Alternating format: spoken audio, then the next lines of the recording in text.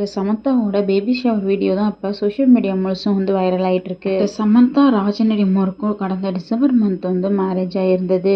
Marriage ஆகி கொஞ்ச நாளே சமந்தாவோட மாயிட்டி பங்காரம் படம் ரிலீஸ் ஆகி இப்போ சக்சஸ்ஃபுல்லா போயிட்டு இருக்கு அப்படின்னு சொல்லலாம். இந்த நிலையில சமந்தாவுக்கு டபுள் ஆஃபர், ஒரு பக்கம் பிரெக்னன்சி, இன்னொரு பக்கம் மாயிட்டி பங்காரம் 100 crores இது ரெண்டுமே அவங்களுக்கு கிடைச்சிருக்குன்னு சொல்லிட்டு ரொம்பவே ஹாப்பியா வந்து ரீசெண்டா ஷேர் பண்ணியிருந்தாங்க.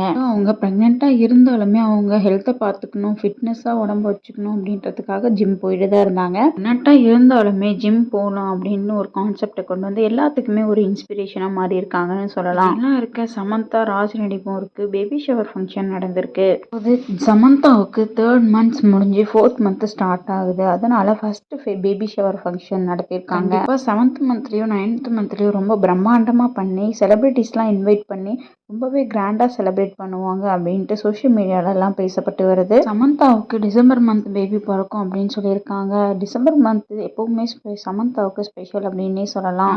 சமந்தாவுக்கு டிசம்பர்லயே மேரேஜ் ஆகி டிசம்பர்லயே பேபி பிறக்கும். அதனால பலருமே வந்து அவங்களுக்கு வாழ்த்துக்கள் சொல்லிட்டு வராங்க. சமந்தாவோட பேபி ஷவர் ஃபங்க்ஷனை ரொம்பவே சிம்பிளா ஃபேமிலி கூட வெளியே நடத்தி முடிச்சிருக்காங்க. அதுவும் ராஜநடி மோர் வீட்லயே அவங்க அம்மா, அவங்க பாட்டி ஆசீர்வாதத்தோட நடந்து முடிஞ்சிருக்கு. எடுக்கப்பட்ட பிக்சர்ஸை ராஜநடி மோரோட சிஸ்டர் சீதா நடி மோர் தான் வந்து ஷேர் பண்ணியிருக்காங்க. இப்போ பலருமே அந்த கப்பிள்ஸ்க்கு வாழ்த்துக்கள் சொல்லிட்டு வந்துட்டு இருக்காங்க.